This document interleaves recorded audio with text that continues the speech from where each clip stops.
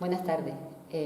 Terminábamos el pasado 5 de mayo la primera parte de este estudio sobre la oración dentro de esta serie Crecer en la vida cristiana, y lo hacíamos recordando las palabras de Pablo en Primera de Tesalonicenses 5:17, donde se nos insta a orar sin cesar. Y decíamos que lo primero que hace la persona que conoce a Cristo es orar, arrepintiéndose de sus pecados y entregándole su vida. De modo que podríamos decir que la vida cristiana comienza con una oración que sale de lo más profundo de nuestro ser, cuando somos persuadidos de nuestra condición de pecadores, de nuestra condición de criatura caída y de la insuficiencia que tenemos para salvarnos y cambiar nuestra manera de pensar y nuestra manera de vivir por nosotros mismos.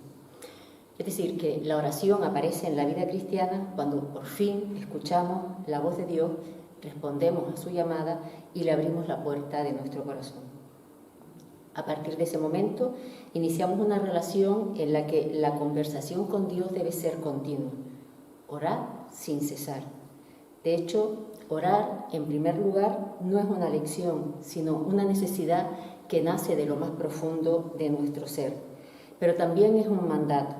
Pablo en realidad no dice, si les viene bien ahora, pueden orar. O sea, realmente se nos insta, se nos urge de alguna forma a orar. La única manera de acercarse a Dios es en oración. Pero orar también es una lección. Decidimos mantenernos asidos a nuestro Padre Celestial a través de la oración. Y cuando dejamos de orar es como soltarnos de su mano, ¿no? Es como ese niño pequeño que va de la mano del Padre, que trata de protegerlo y de cuidarlo y decide emanciparse y echarse a correr solo por la calle con los riesgos que eso entraña, ¿verdad? Sin embargo, el corazón de Dios siempre está inclinado hacia nosotros, de modo que si hemos perdido el hábito de orar regularmente, podemos pedir a Dios ayuda. Y si nunca lo hemos tenido, también podemos pedirle ayuda para iniciarnos en el mismo. En la siguiente meditación que tuvimos, en el siguiente estudio que tuvimos el último jueves, decíamos que el perfecto amor de Dios por nosotros en Cristo nos permite acercarnos con confianza a Él, sin temor, para conversar con Él, cualquiera que sea nuestra condición. Nada tenemos que hacer, solamente poner nuestra confianza en la salvación que tenemos por medio de Jesucristo. Ahora bien, también hemos recordado que la oración es una respuesta personal y comunicativa al conocimiento que tenemos de Dios, lo que directamente nos lleva a comprender que la realidad de nuestra oración depende por completo de cuánto conozcamos a Dios y de la precisión de ese conocimiento. Para eso necesitamos escuchar la voz de Dios, y eso lo podemos hacer a través de la lectura de la palabra. En todos los tiempos los seres humanos se han construido imágenes mentales y algunas veces materiales de deidades, ¿no? Y en función de cómo desean que sea ese Dios, en función de cómo se ajuste a lo que realmente quieren para su vida, pues así se comportan, ¿no? Y así le hablan, aunque no sean capaces de responder. Es aquello que nos decía Jeremías, ¿verdad?, en el capítulo 5. Las costumbres de los pueblos no tienen valor alguno. Cortan un tronco en el bosque y un artífice lo labra con un cincel. Lo adornan con oro y plata y lo afirman con clavos y martillo para que no se tambalee. Sus ídolos no pueden hablar, parecen espantapájaros en un campo sembrado de melones. Tienen que ser transportados porque no pueden caminar. No les tengan miedo, que ningún mal pueden hacerles, pero tampoco ningún bien. El Dios de la Biblia no es así. Él quiere ser conocido por nosotros y se ha revelado de muchas maneras a través de los profetas y en los últimos tiempos por su Hijo Jesucristo, como se nos dice en Hebreo, que es la perfecta imagen de su Padre. Y además la propia naturaleza, también nos dice la palabra, nos revela al Dios creador de todas las cosas. ¿Cómo entonces es Dios, o quién es Dios, o cuáles son sus atributos? De Dios podríamos decir que es eterno, que es inmutable, omnipresente, omnisciente, omnipotente, único, misericordioso, es amor, es justo, santo, paciente, celoso, juez. La lista es interminable, la lista es infinita, como infinito es Dios, ¿verdad? Nosotros podemos conocer solo una pequeña parte de lo que Dios es, aquello que se nos ha revelado a través de la palabra. pero no somos capaces de comprender y de conocer enteramente a Dios, porque eso significaría que Dios es finito, que es limitado como lo somos los seres humanos. Pero Dios es eterno, Dios es infinito. Lo que sí sabemos, porque la Biblia nos lo enseña, es que nuestro Dios es un Dios relacional. Nos ama y quiere conversar con nosotros, quiere relacionarse con nosotros y quiere tener paz con nosotros, y que ha provisto los medios para que eso sea posible. En Efesios 2 eso se expresa muy bien, ¿no? Expresa muy bien todo lo que Dios ha hecho para que nosotros podamos relacionarnos con Él. Y dice, porque Cristo es nuestra paz, de los dos pueblos, habla de Israel y de los gentiles, ha hecho uno solo, derribando mediante su sacrificio el muro de enemistad que nos separaba, pues anuló la ley con sus mandamientos y requisitos. Eso lo hizo para crear en sí mismo de los dos pueblos una nueva humanidad al hacer la paz, para reconciliar con Dios a ambos en un solo cuerpo mediante la cruz, por la que dio muerte a la enemistad. Él vino y proclamó paz a ustedes que estaban lejos y paz a los que estaban cerca, pues por medio de Él tenemos acceso al Padre por un mismo Espíritu. ¿Qué respuesta podemos nosotros dar a un Dios tan lleno de amor, de bondad, de santidad, de justicia, que nos acerca a Él poniendo el remedio y abriendo camino hasta su presencia a través de Cristo? La respuesta es la oración. A lo largo de toda la Biblia encontramos a personas que llegaron a tener una relación íntima con Dios, que le buscaron y se acercaron a Él en oración. Las oraciones de todas estas personas eran distintas y tenían distintos motivos, pero mostraban que sabían a quién se dirigían. A mi juicio, el libro de los Salmos es el mejor ejemplo del conocimiento de Dios que tenían sus autores, y la cercanía la apreciamos especialmente en los Salmos de David. ¿Cuántas veces David no clamó a Dios por ayuda, demostrando su confianza en que Él obraría? En paz me acuesto y me duermo, porque solo tu Señor me haces vivir confiado. ¿Cuántas veces no reconoció el amor de Dios? Pero yo, por tu gran amor, puedo entrar en tu casa, puedo postrarme reverente hacia tu santo templo. ¿Cuántas veces no reconoció su misericordia? Pero te confesé mi pecado y no te oculté mi maldad. Me dije, voy a confesar mis transgresiones al Señor, y tú perdonaste mi maldad y mi pecado. La lista sería casi también interminable, pero lo que quiero destacar de las oraciones que hace David es que están dirigidas al Dios revelado en las Escrituras. No son oraciones generales para cualquier deidad que pueda haber, sino son íntimas, están dirigidas al Dios y Padre, al Rey, al Creador, que le hace vivir confiado, al que sabe que debe obedecer, al que le mueve a arrepentirse de su pecado, al que le perdona, al que le salva. Pero David no es el único que alcanza este conocimiento relacional de Dios. En el primer libro de Samuel nos encontramos con Ana, una mujer estéril que clama a Dios por un hijo. La esterilidad de Ana la hace poco valiosa socialmente. La esterilidad era una señal de haber perdido el favor de Dios en el Israel de este tiempo. Y es objeto también de las burlas de Penina, la segunda mujer de su marido, que sí que había tenido hijos. Tras la presentación de los personajes en el capítulo 1 del libro de Samuel, vemos que Ana se levanta después de la comida, acude al tabernáculo y se nos dice que con gran angustia comenzó a orar al Señor y a llorar desconsoladamente. Entonces hizo este voto: Señor Todopoderoso, si te dignas a mirar la desdicha de esta sierva tuya, y si en vez de olvidarme te acuerdas de mí y me concedes un hijo varón, yo te lo entregaré para toda su vida y nunca se le cortará el cabello. Ana estaba angustiada y llena de necesidad y se pone delante de Dios, derrama su alma ante Él buscando consuelo. Ana se pone en las manos del único que podía comprenderla en profundidad y también del único que podía cambiar su situación. Cuando termina de orar, después de cruzar unas breves palabras con Elí, que pensó en algún momento que estaba borracha, pero finalmente le dio su bendición, nos dice el texto que se fue por su camino y comió y no estuvo más triste. Ana salió del tabernáculo dejando todas las cosas en las manos de Dios. Aunque la Biblia no dice nada al respecto, yo creo que esta no fue la única vez que Ana pidió a Dios por un hijo.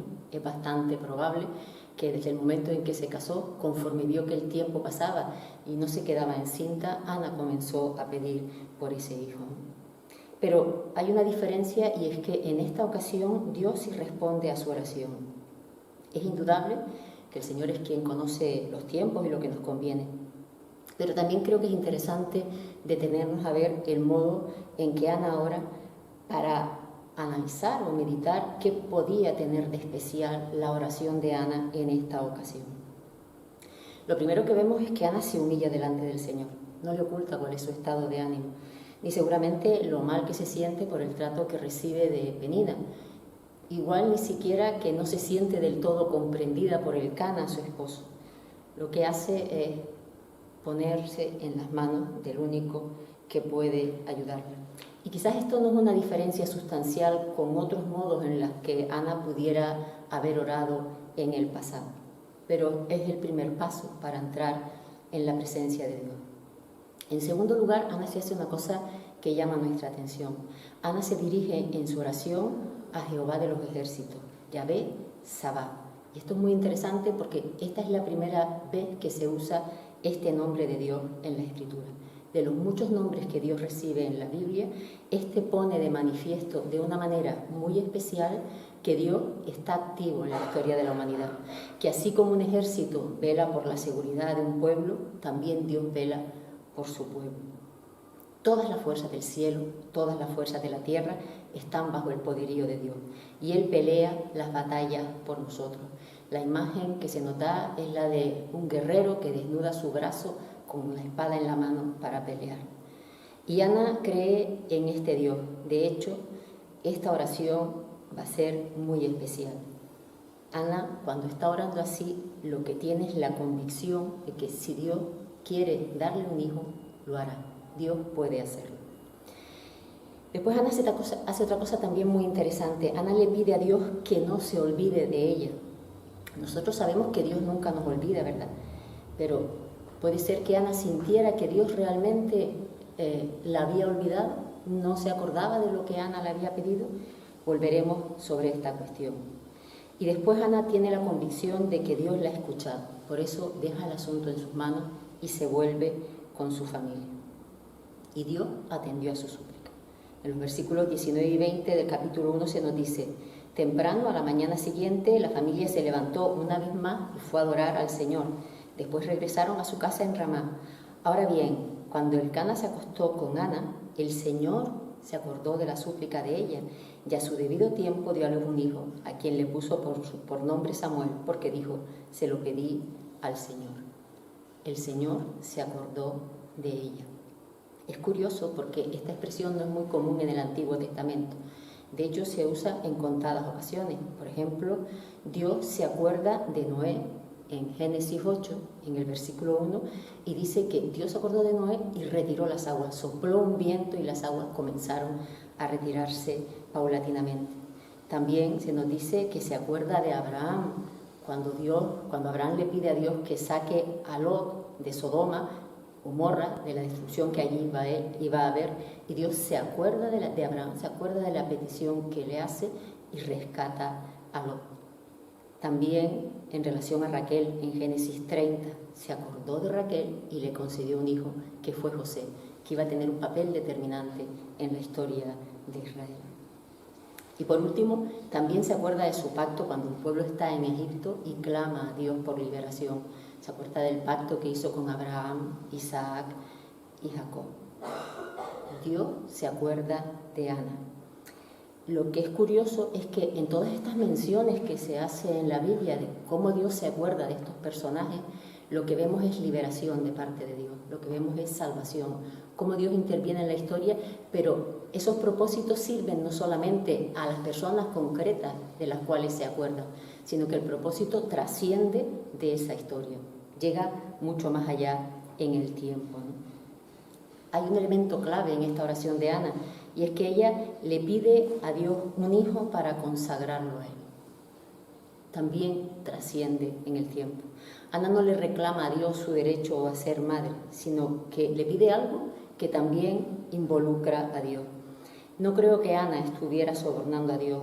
Lo que sí creo es que su tiempo de espera y de oración por ese hijo probablemente le hizo comprender o preguntarse al menos para qué quería un hijo, más allá de salvar su honra y su posición en medio de su comunidad. Ana quería eso, Ana quería recuperar su posición en la familia, en la sociedad, pero no era lo único, porque de hecho Ana renuncia a ese hijo. Ana le entrega, le consagra ese hijo al Señor antes siquiera de que él se estuviera gestando.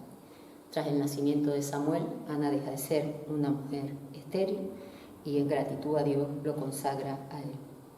No podemos olvidar en el contexto en el que se desarrolla esta historia. Estamos en el libro de los jueces y si recordamos, el libro de los jueces termina con una frase muy conocida: cada uno hacía como bien le parecía.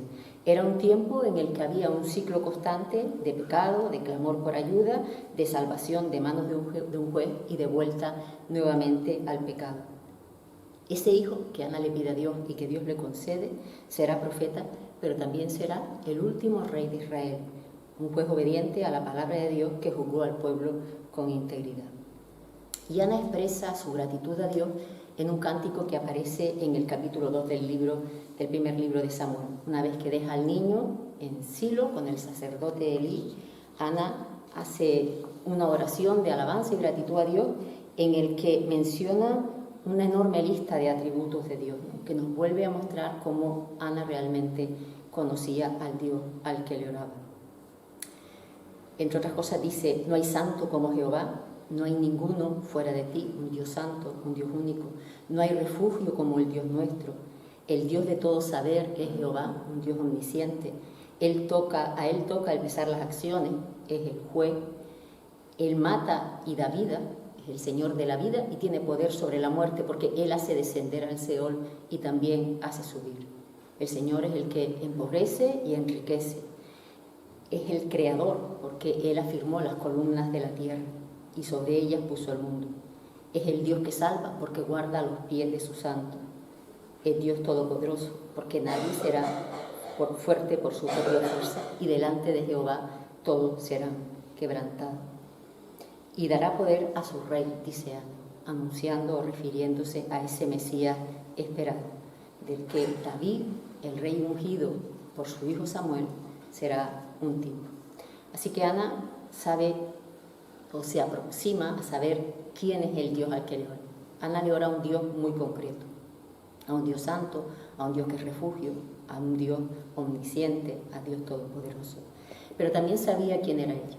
Ana era la sierva del Señor y esto significa que toda su vida estaba en las manos de Dios, incluyendo el anhelo de tener un hijo. Todo se queda en las manos de Dios. La familia de Samuel desaparece de la historia a partir del versículo 21 de este capítulo 2 y lo que sí se nos dice es que Dios visitó a Ana y ella concibió 3 hijos y 2 hijas. El Señor le dio mucho más de lo que Ana siquiera había pedido. Y se nos dice también que el joven Samuel crecía delante de Jehová. Así que, si recapitulamos, podemos decir, ¿qué fue lo que hizo Ana? Puso su aflicción delante de Dios, pidió por su necesidad, pero con una perspectiva teológica, ¿no? Descansó en el Señor y fue fiel a la promesa, como antes lo había sido el Señor con ella. Como decimos, este niño, Samuel, fue llamado por Dios como profeta y juez de Israel. Y en el capítulo 13 nos dice que el Señor estaba con Samuel mientras crecía. Este niño, cuando creció, exhortó al pueblo constantemente a volverse a Dios y a dejar detrás a los ídolos. Y constantemente intercedía. En Samuel 12 vemos a Samuel despidiéndose como juez de Israel. Ya habían nombrado un rey en contra de lo que el Señor les había dicho. Y Samuel les contestó: no tengan miedo, aunque han hecho mal, no dejen de obedecer a Dios. Al contrario, sírvanle de buena gana y no adoren a esos ídolos huecos y vacíos que no pueden hacerle bien ni ayudarlos. Dios no los rechazará a ustedes, pues quedaría mal ante los otros pueblos. Además, Él quiso que ustedes fueran suyos. En cuanto a mí, nunca dejaré de pedirle a Dios por ustedes. Dejar de hacerlo sería un pecado. Yo siempre les enseñaré a portarse bien y a vivir como Dios quiere. Ustedes saben bien todo lo bueno que Dios ha hecho por ustedes. Por eso, obedézcanlo y sírvanle siempre de buena gana. Si no lo hacen, ustedes y su rey morirán. Si lo pensamos un poco, vemos que en este texto puede haber un cierto paralelismo entre lo que dice Pablo en 1 de Tesalonicenses 5, del 16 al 22, ¿no? Frente a la oración de Ana, que es una petición individual, con esa perspectiva teológica que estamos diciendo, la oración de Samuel es en la mayor parte de las ocasiones de intercesión, porque según dice, dejar de hacerlo sería pecado, es decir, desobedecería a Dios si no orara por el pueblo al frente del cual Dios le ha puesto. Samuel fue profeta, no solamente juez, y por eso estaba impulsado, compelido a ser el vocero de Dios, llamando al pueblo al arrepentimiento e intercediendo por todo. ¿Qué sabía Samuel de Dios? Que le llevaba a orar constantemente por el pueblo. Que Dios quiere un pueblo santo apartado para Él, que Dios quiere que todos se arrepientan. Sabe que si abandonan la idolatría, Dios no rechazará jamás a Israel, del mismo modo que en Cristo recibe a todos los que se arrepienten. Que Dios escucha y responde las oraciones. Que Dios le había llamado a interceder por Israel a pesar de su rebeldía, y nunca dejará de pedir a Dios por el pueblo. Así que en este libro de Samuel hemos visto dos oraciones, la que hace su madre y las oraciones que hace Samuel. En la Biblia hay muchos tipos de oraciones, muchos motivos de oración, pero lo que sí nos muestran estas es la importancia de saber ante quién estamos cuando estamos orando. Tanto Samuel como su madre oran a un Dios que conocían de manera personal y buscaron su voluntad y no solamente la satisfacción de su necesidad. Creo que es importante que nosotros también reconozcamos cómo y por qué oramos, qué imagen de Dios tenemos cuando nos ponemos a orar. Y eso puede ayudarnos a acercarnos más a Él y a conocerle mejor. Vamos a orar. Señor, ayúdanos a conocerte más, a desearte más, a pasar más tiempo conversando contigo. Ayúdanos a orar para hacer tu voluntad y a cuidarnos y acompañarnos en oración los unos a los otros. Te damos gracias por tu Santo Espíritu que vive en nosotros y expresa en oración lo que nosotros, en nuestra insuficiencia, no somos capaces. En el nombre de Jesús te lo pedimos. Amén. La próxima semana vamos a ver algunas características de las oraciones de Jesús para poder seguir aprendiendo a conocer más a Dios y acercarnos más a Él. Que el Señor les bendiga. Buenas noches.